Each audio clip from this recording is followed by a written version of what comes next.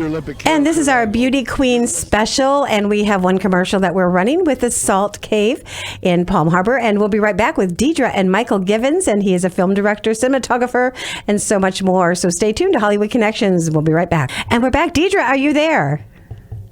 Yes.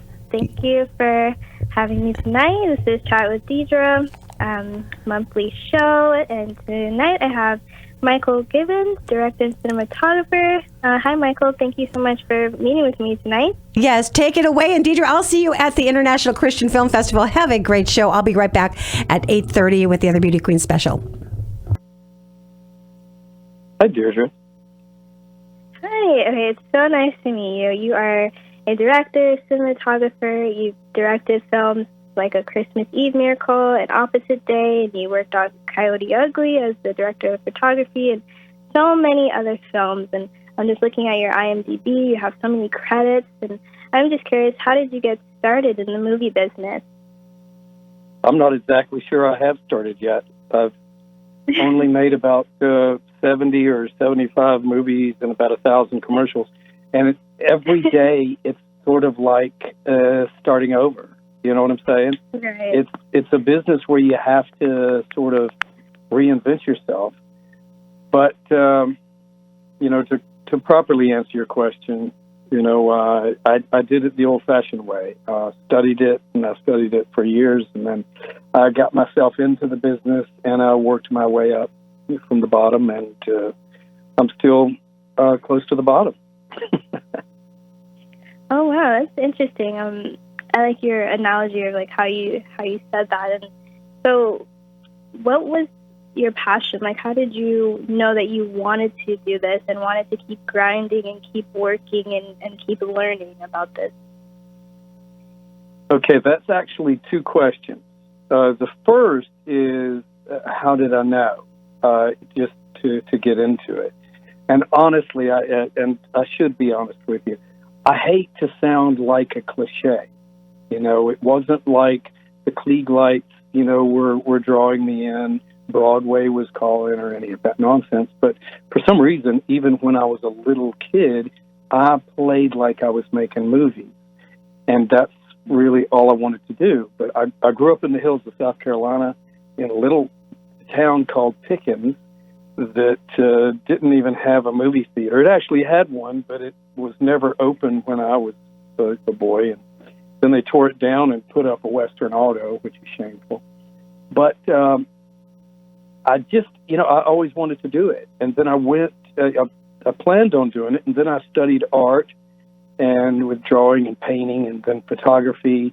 And then photography really led me to that. I really just decided that I wanted to see my photos move.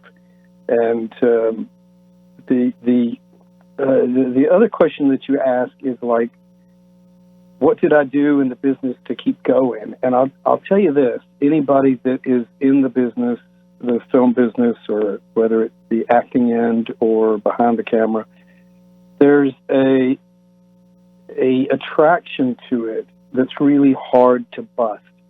Once you've done something in it, particularly if you've been reasonably successful, it's really hard to get away from it. Right. That's so true. Because I grew up watching movies and wanting to be in the acting business, and my life kind of took a little bit of a turn, but I'm still attracted to it. I still want to be in a movie one day and keep acting and keep studying it. So that's definitely true. We'll try to sort that out. That'd be awesome. So you wrote and directed the movie Angel Camouflage. Was this a dream come true for you?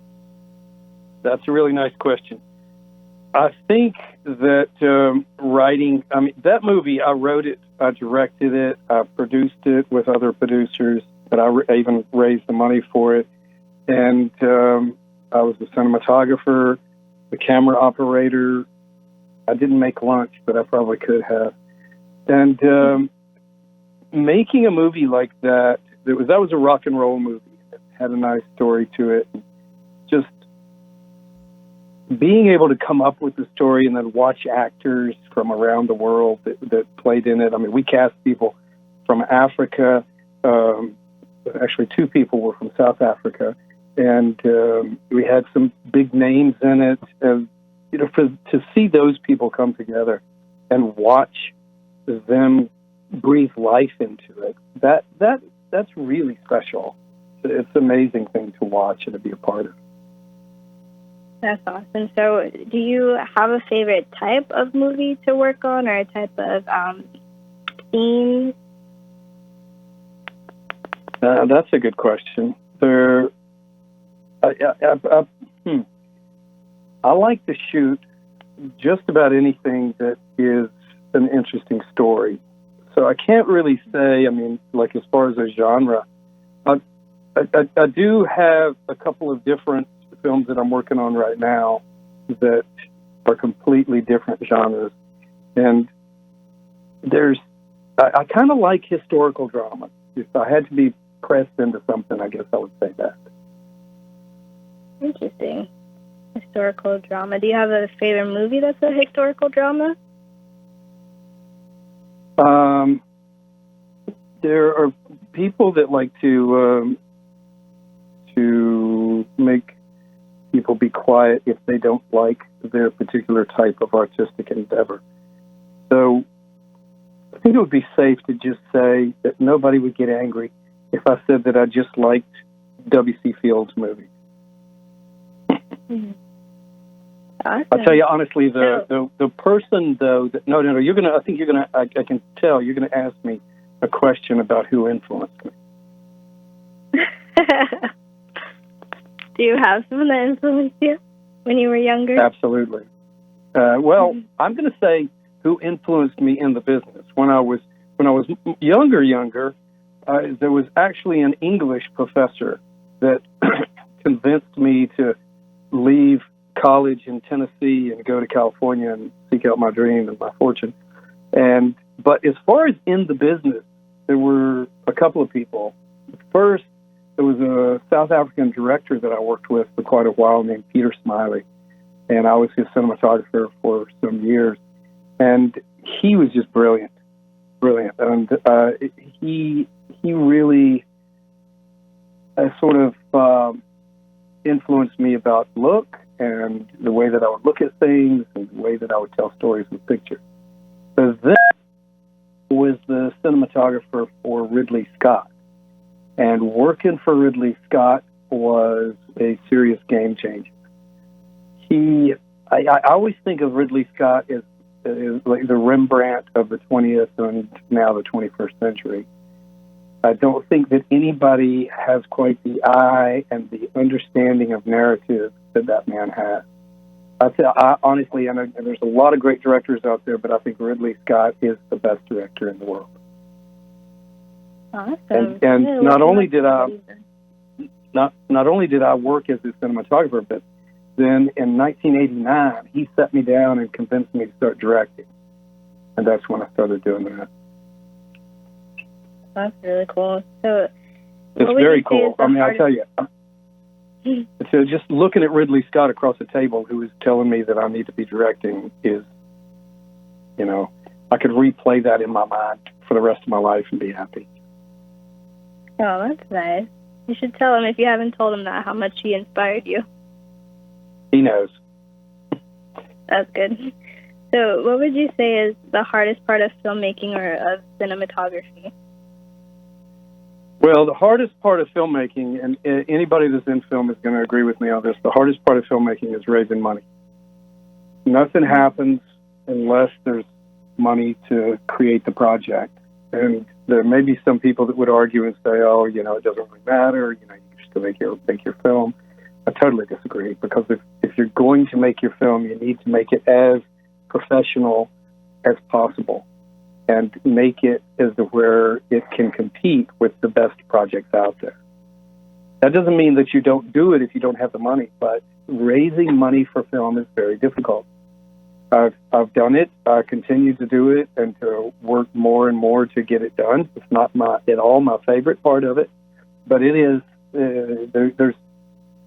I would not be honest if I wasn't telling you that is the most difficult part of making a film. As far as getting the actors together casting is certainly a challenge, but casting is after funding is the most important thing of a film, because without actors to breathe life into their roles, you have nothing. But you can't discount any layer of it. The writing has to be great. If you try to make a great film with a mediocre script, it's not going to work, as we've seen over and over and over. Every layer of it, the music, the cinematography, the lighting, the art direction, it's all mega important. Right. And those are all very, different details, and they all work together. So it's a lot of work. I think we all like the finished product of the movie, but when we look behind this, I always like to look behind the scenes, and I'm even more inspired to see the behind the scenes, to see how they did everything, how they did the lighting, and what goes on, and how they set everything up. I'll tell you what, I'm impressed with you that you do that, because it's a very good way to learn about film. And it's like I hear actors will say sometimes, that they're going to take a job, as an extra.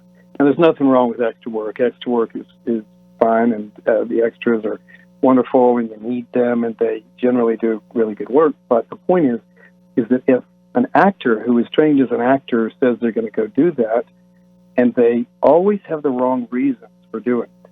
They say they just want to be on set so that they can learn how things work on set.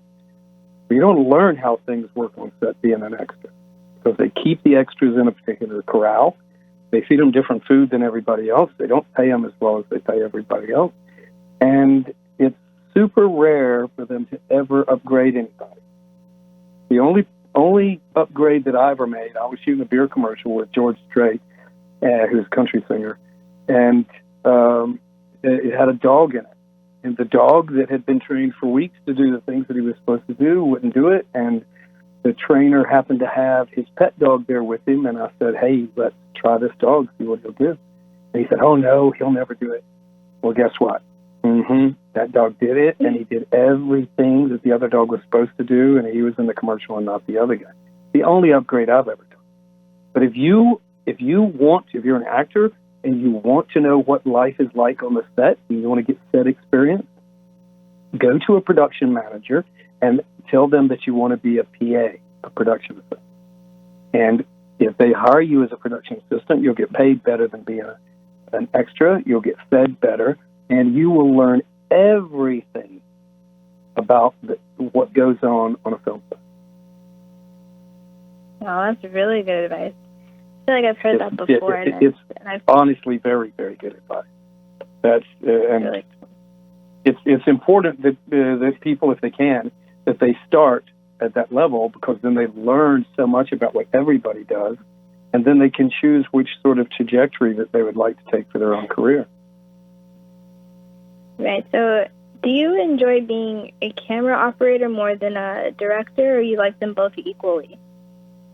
Okay, I want to just give you a little bit of education on that, because a camera operator is the person that operates the camera, that looks through the lens and either works the gear head or a fluid head and does that. What I am is a cinematographer, which is also called a director of photography, and I'm responsible for everything in the camera, grip, and electric department. So in other words, I tell the guys how I want the set lit. I tell them, the electricians do that, and then the movement of the camera is decided by the director of photography with the input of the director as well. And so when there's a dolly or a crane or a drone or whatever, all of that works in my department. So a camera operator is just one of those people that works on the set. But to be honest with you, I usually also operate a camera. And to answer your question, what do I like better, directing or cinematography? Cinematography is really my heart. I would say that directing is kind of my brain. And I enjoy writing scripts that I direct that I'm also the cinematographer of. But every now and then I will be the cinematographer for another director, and I have to admit to you, I mean, I truly love that. So, thank you for that education, because I'm still learning like all the different terms. So am I. I'm still learning too. That's good. So tell us about a scene where you were directing or maybe doing cinematography that you were amazed by. Because when you're behind the camera, you're directing, you're watching it unfold. So is there a scene that's like memorable to you that you're really amazed by? There are a number of scenes like that, and for different reasons. I'll give you a couple of them. One, I was shooting a shot from a hot air balloon. I've mentioned South Africa a number of times, and this was also in South Africa, in KwaZulu-Natal, actually. And I was up in this balloon, and we went there very early to shoot this, what we were shooting. But this particular shot, we started first thing so we get the sunrise. And we went up in this balloon, and we were filming, and the sun came up. And as it did, it showed this valley that was full of mist that was all being backlit by this sunrise. And it was unbelievably, breathtakingly beautiful. Okay, so we got this shot, and then we came down, and then I found out from probably the local constable that told us that wasn't actually mist. Unfortunately, there was a house that was burning down the other end of the valley that we couldn't see, and all of that was smoke of somebody's house, which, then sort of took the joy out of it because somebody losing their house and probably all of their belongings it took the love out of it. But it was an incredibly beautiful shot at the expense of somebody's home. And then, as far as like watching actors, I've had the fortune to get to actually direct and work with Meryl Streep, and just watching the way that she handled herself with dialogue and with a scene was just phenomenal. But I would say that one thing that really moved me again as an artist was one time when I was shooting a scene in that movie that you mentioned, Angel Camouflage. There was an actor that did a scene that was a fairly emotional scene, and it really blew me away. And I had to actually think, oh my goodness, did I actually write that? Because the way that he did it was so much better than I ever thought it. And those sort of things happen so often. And film is never the same. Never. That's one of the things that's so addicting about it, is that even if you do something that you're proud of or other people make a big fuss over, there's still like you never do it again. You go do something completely different. And there's no ending that Jones, if you know what I mean. Right. That's great. Did you have any advice for someone who wants to be a cinematographer? Sure I do. Now, the business has changed a bit since we went primarily from film to digital. Now, understand, most of the really big films that you see that are, your big award-winning films, usually they're still shot on film. A lot of people don't know that, but that's the truth. Call Panavision anytime and ask them how many film cameras they've got on their shelves. Almost all of them are out all the time, except during this COVID nonsense. But the digital world has changed things to some extent. That people can actually go purchase relatively cheaply cameras that'll shoot, very, very good. Very good. In fact, I mean, good Lord, you can shoot 4K on an iPhone. And so it's very easy for people to get that. Years ago, and I sound like an old guy, when I say things like this, but years ago, it was much more expensive to get it going, because you would need film, you would need to get the cameras, you'd need to get the gear, and it's so much easier to get now. What worries me about a number of filmmakers that I meet today is that they don't spend any of that time moving up in the business. What's the word?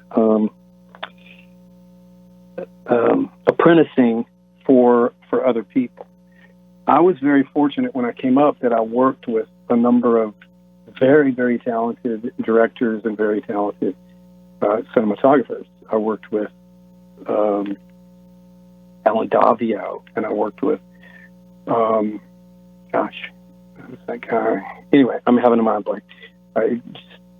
Anybody that wants to know, just go look at my IMDb. But working up and working underneath people that know a lot more than you is the way you learn. This is the way every great artist in history has learned. They apprentice under what would be termed the masters. And so what I caution people is if you just concentrate on trying to make something and making like a short film here and there and that sort of thing, you may find yourself spinning your wheels because you're not doing stuff that's big enough to be seen, All right, thank you.